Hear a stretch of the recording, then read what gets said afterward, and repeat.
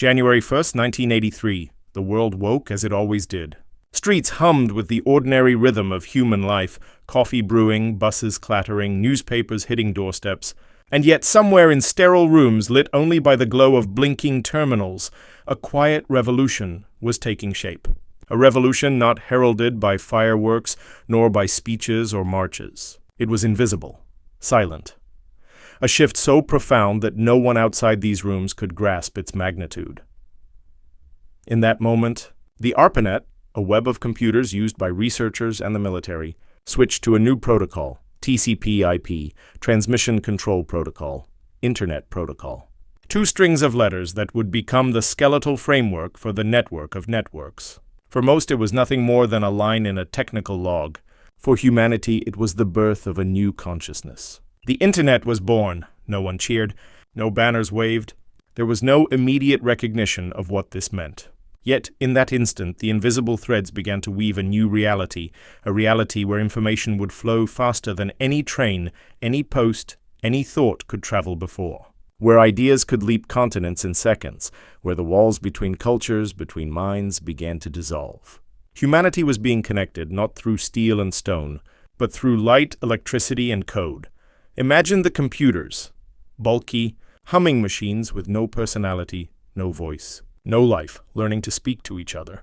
They exchanged packets of data, not with conversation, but with a language of perfection, TCP/IP. It was a language designed to endure, to persist, to connect everything and everyone, forever. That day, the protocol was switched and the first handshake of the Internet was silently completed.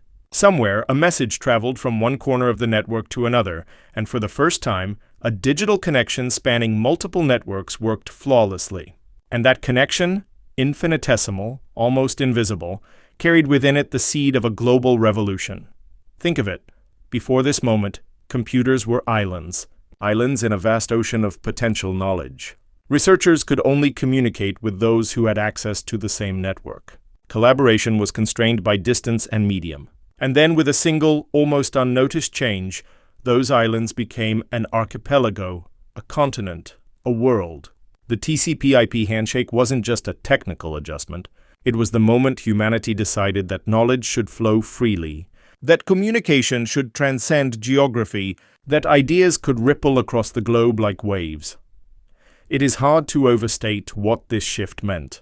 Within decades, billions would find themselves connected, holding the sum of human knowledge in the palms of their hands. Ideas, art, love, commerce, conflict, all of it streamed through this digital bloodstream.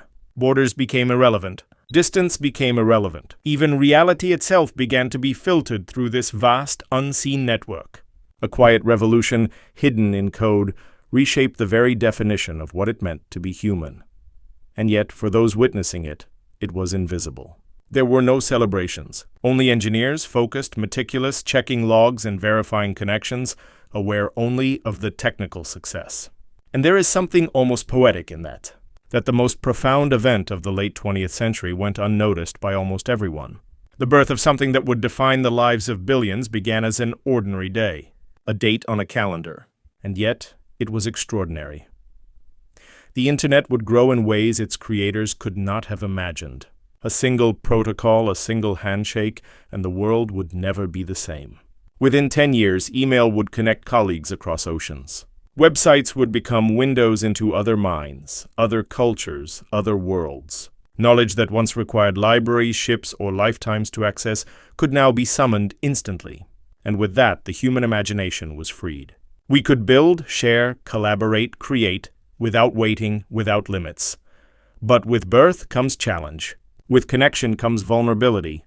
The same network that allows a child to learn, a doctor to consult a distant colleague, a family to stay in touch, also becomes a channel for misinformation, conflict, exploitation. The birth of the Internet was not merely technical. It was moral, social, human. It forced us to ask questions about privacy, ethics, identity. And even now, decades later, we are still grappling with what that first switch in 1983 unleashed. Close your eyes for a moment and imagine the human brain. Synapses firing, neurons connecting across vast distances. The Internet mirrors that design.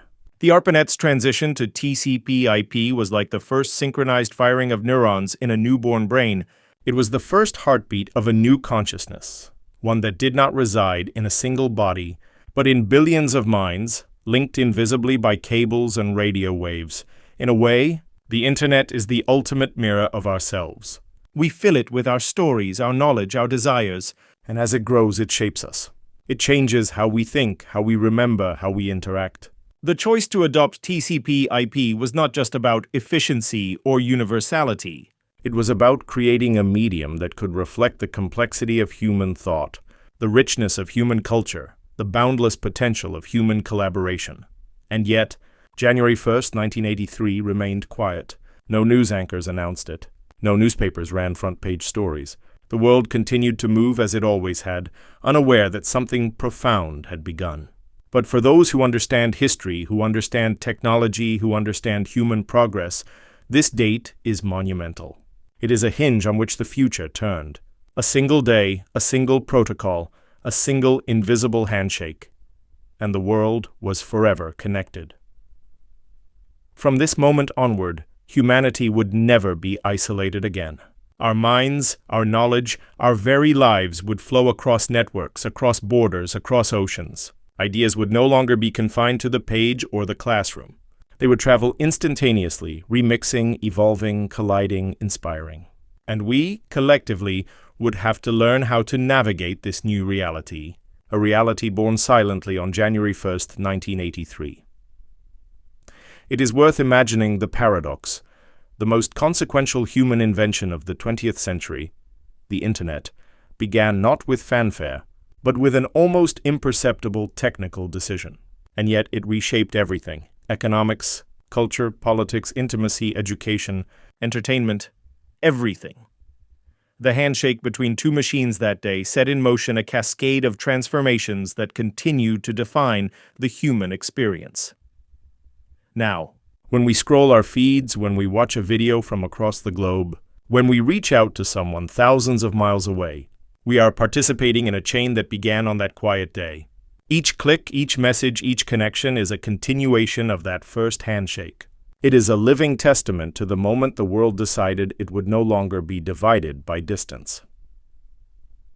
January 1st, 1983 may not feel like a holiday, a revolution, or even a beginning. But it is all of those things. It is a day that reminds us that the most profound change can be almost invisible, that history can be made in silence, and that technology, when wielded thoughtfully, can redefine what it means to be human. So the next time you send a message, post an idea, share a discovery, or even simply browse the vast tapestry of the internet, remember this: it all began quietly on a day that felt ordinary, with a decision that seemed technical. And yet from that quiet decision sprang a revolution. A revolution that connected the world, reshaped civilization, and forever altered the rhythm of human life. We live now in a world where information flows like water, where knowledge is not a privilege but a pulse, a current, a lifeblood connecting billions. And it all traces back to a single, silent handshake on a winter's day in 1983. That handshake was not just between computers. It was between the past and the future, between isolation and connection, between the human mind and the infinite potential of collaboration, and that is why we remember January 1st, 1983, not for the machines, not for the engineers, not for the logs or the code. We remember it for us, for the world it created, for the connections it forged, for the limitless horizon it unveiled. This was the day that changed everything.